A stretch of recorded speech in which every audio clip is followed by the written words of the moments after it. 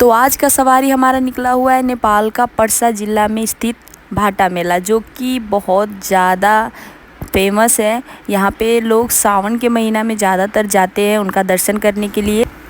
अगर किलोमीटर के अकॉर्डिंग देखा जाए तो बीरगंज से 50-52 किलोमीटर का रास्ता है, जो हम लोग बाइक से स्कूटी से तय कर रहे थे। फिर उसके बाद एक जंगल आता है, जो जंगल बहुत ही ज़्यादा घना है। उस जंगल से हम लोग जा रहे थे, मैं बाबू को भी साथ लेकर गई थी, तो थोड़ा बहुत डर लग रहा था। लेकिन डरने वाली बात वैसा कुछ खास था नहीं, क्योंकि वहाँ पे आर्मी कैंप भी बनाया गया है। कहा जाता है कि बहुत पहले लोग जंगल साइड से मंदिर जाते थे दर्शन करने के लिए, साइकिल या फिर पैदल, लेकिन सिंगल कोई भी नहीं जाता था, क्योंकि पहले ये जंगल बहुत ही ज़्यादा घना था, इसलिए एक ग्रुप बना के जाया जाता था। आप ये जो मंदिर देख रहे हैं, ये मंदिर जंगल के बीचों बीच पड़ता है। कहा जाता है कि घना जंगल शुरू होने से पहले इस मंदिर में आके दर्शन किया जाता है। ये मंदिर है बनशक्ति माता का। इस मंदिर के पीछे साइड में एक अलग तरह का पौधा होता है, उसका पत्ता लाकर मंदिर में चढ़ाया जाता है उनका नाम लेकर, कि कहा जाता है कि जंगल में जो जानवर है कोई किस्म का हार्म ना करे, कोई किस्म का नुकसानी ना पहुंचाए, इसके लिए उनका पूजा उस तरीक़ा से किया जाता है। उसके बाद हम लोगों ने ढूंढना शुरू किया, क्योंकि पता नहीं चल रहा था कि कौन सा पत्ता उनको चढ़ाया जाता है। तो इसका नाम तो किसी ने भी नहीं बताया, क्योंकि छोटा छोटा ये पौधा जैसा था। फिर उसके बाद हम लोगों ने तोड़ कर लाकर उसके बाद माता का दर्शन किया। दर्शन करने के बाद वो पत्ता को फिर वहीं पे साइड में एक जगह रख दिया जाता है। ज़ोर ज़ोर से घंटी बज रहा था, जिसके कारण बाबू रोने लगी। फिर उसको मैंने गोद में लिया और मंदिर से जल्दी दर्शन करके बाहर आ गई।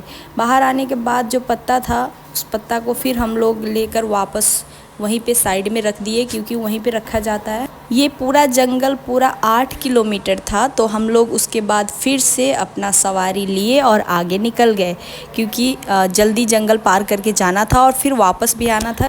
उसके बाद हम लोग बाइक का स्पीड तेज़ करते हुए सीधा मंदिर के पास निकले, क्योंकि जंगल के बाद सिर्फ मंदिर ही था, बीच में और कोई स्टैंड नहीं था कि यहाँ पे रुक जाए कह के। लेकिन एक कैंप लगा हुआ था, जिस कैंप में कुछ लोग बैठे हुए थे, रेस्ट कर रहे थे। उसके बाद हम लोग वहाँ पहुँचे जहाँ पे मेला लगा हुआ था। मेला बहुत ज़्यादा दूर में लगा हुआ था, और एक भैया वहाँ के थे जो बता रहे थे कि यहाँ पे 2 ठो हाथी रहता है, जो हाथी अभी जंगल साइड में घूमने के लिए गया हुआ है। सिर्फ हाथी नहीं, और भी बहुत प्रकार के जीव जंतु यहाँ रहते हैं, लेकिन अभी भीड़ के वजह से वो सब कहीं जंगल के अंदर थे। उसके बाद हम लोग मंदिर के सीढ़ियों पे चढ़ाई करना शुरू कर दिए। मंदिर एकदम ऊपर था, तो चढ़ते चढ़ते हम लोगों का तो पूरा सांस फूल गया था, चलने में भी दिक्कत हो रहा था, क्योंकि बाबू भी थी साथ में। वैसे मंदिर बहुत ऊपर था, इसीलिए चढ़ते वक्त सांस फूल रहा था, लेकिन भोले बाबा का नाम लेते सारे लोग चढ़े जा रहे थे। और फाइनली हम लोग पहुंच गए थे जहां पे उनका शिवलिंग स्थापित किया हुआ था। तो वहाँ पे हम लोग दर्शन किए। दर्शन करने के बाबू डमरू का आवाज़ सुन के बहुत ज़्यादा एक्साइटेड हो रही थी, तो इसीलिए उसके पापा थोड़ा सा ज़्यादा देर तक बजा दिए। उसके बाद हम लोग वापस घर की ओर निकलने लगे। वैसे ऊपर उतना चढ़े हुए थे, तो नीचे उतरते वक्त उतना थकान नहीं होता है, ये तो सबको पता है, लेकिन फिर भी इतना थक गए थे कि मैं तो बीच सीढ़ी में ही बैठ गई। थोड़ा दूर और था, उसके बाद हम लोग वहाँ पे गए और जाके ठंडा ठंडा पानी पिए। हम लोग मंदिर से बाहर आ गए। बाहर आने के बाद हम लोग वहीं पे मेला में कुछ खाना वगैरह खाए, नाश्ता वगैरह किए, और उसके बाद फिर हम लोग वापस घर के ओर चल दिए, क्योंकि हम लोगों को घर पे भी बहुत ज़्यादा ज़रूरी काम था और लेट हो रहा था, इसीलिए हम लोग बिना रुके उसके बाद उसी जंगल से वापस हम लोग घर की ओर निकल गए। रास्ते में पतिदेव को दिखा एक बोरिंग, जिसको बोरिंग बोला जाता है, दमकल भी बोला जाता है।